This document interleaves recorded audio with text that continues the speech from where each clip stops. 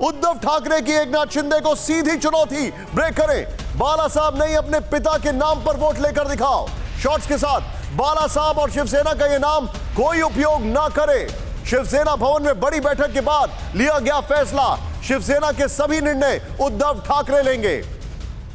मैं चाहूंगा ये दोनों ब्रेकिंग और दोनों शॉट्स के साथ सीधे अभिषेक उपाध्याय के पास चलूंगा। अभिषेक, शिवसेना एग्रेसिव मोड में आ गई है, यह साफ दिखाई दे रहा है। बिल्कुल निशांत, और आज जो ये बैठक हुई राष्ट्रीय कार्यकारिणी की, इसमें सीधा एकनाथ शिंदे को निशाने पर लिया गया है। लगातार इस बार पे जोर दिया गया है कि जो विरासत है वो विरासत हमारे पास है। शिवसेना का नाम, बाला साहब का नाम, ये सब कोई हमसे ले नहीं सकता है, और इसी आधार पर एकनाथ शिंदे को चैलेंज किया गया है। और इसके साथ साथ में जो पूरे प्रदेश भर के कार्यकर्ता हैं उन तक ये मैसेज पहुंचाया जा रहा है। जगह जगह वो सड़कों पे आ रहे। तो एक तरह से आप यूँ समझ लीजिए कि पूरी शिवसेना को फिर से एकजुट करने की कोशिश की जा रही है, और इसमें युवा सेना को भी जोड़ दीजिए। जो युवा शिवसेना है उसको भी इसी की तर्ज पर फिर से एकजुट करने की, एक नए स्वरूप में ढालने की पूरी कवायद है ये। आप जो बता रहे हैं, इसी के साथ एक और बड़ी खबर, बागी विधायकों ने अपने गुट का नाम रखा शिवसेना बाला साहब। इस वक्त की बड़ी खबर प्ले ऑन करें। बागी ग्रुप के इस फैसले से पर मीडिया रिपोर्ट्स के हवाले से जानकारी आ रही है, शिवसेना का बागी ग्रुप किसी भी पार्टी में विलय नहीं करेगा, यह भी कहा गया। शॉर्ट्स के साथ प्लीज प्ले ऑन करें। शिवसेना के बागी विधायक दीपक खेरसरकर ने दी है जानकारी। सीधे ये तीनों ब्रेकिंग और तीनों शॉट्स के साथ मैं आशीष के पास चलूंगा गुवाहाटी में। आशीष, मीडिया रिपोर्ट्स बता रही हैं कि इन्होंने अपने बागी विधायक ग्रुप का जो नाम है वो शिवसेना बाला साहब रखा है। आगे की अभी क्या रणनीति है?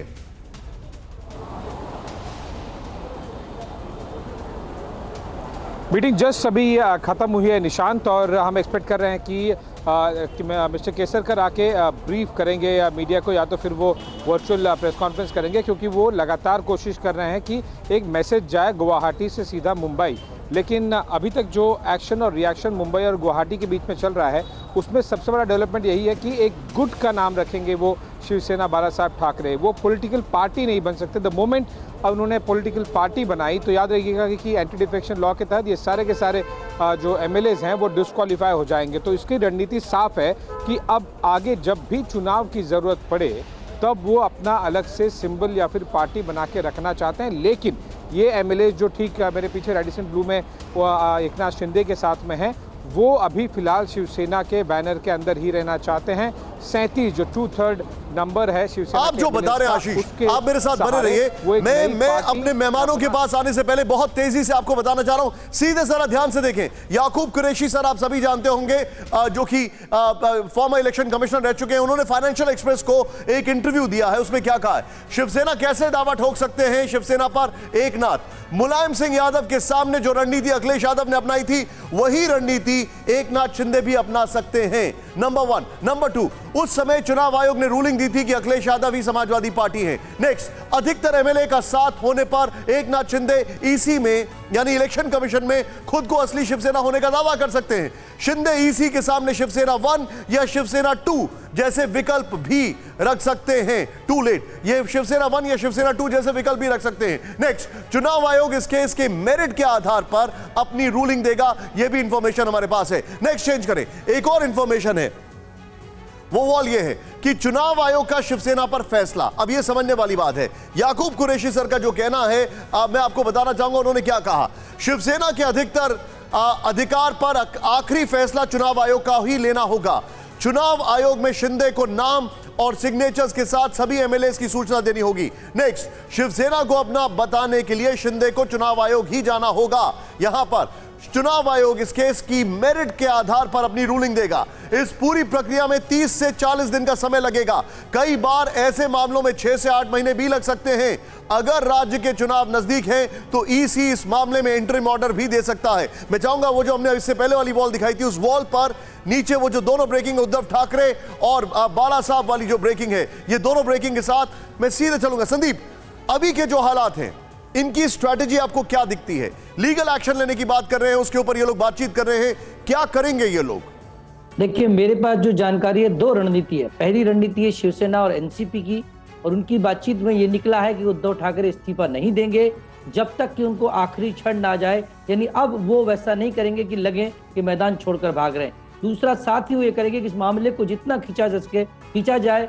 तीसरा, साथ ही सारे एमएलए को कहीं ना कहीं फिर से विधान भवन में बुलाने की किसी न किसी तरह से कोशिश, ताकि एक बार वो विधानसभा आ जाए तो उनमें से कई लोग टूट सकते हैं। और चौथी कोशिश ये होगी, यदि ऐसा कुछ नहीं हुआ तो चुनाव, नए तरह के चुनाव की तरफ पूरे खेल को धकेला जाए, क्योंकि ज्यादातर एमएलए चुनाव नहीं चाहते हैं। और ऐसी स्थिति में चुनाव हुआ भी तब फिर बिना शिवसेना के चिन्ह के इन बागी विधायकों का जीतना मुश्किल है। ये तो शिवसेना और एनसीपी की रणनीति।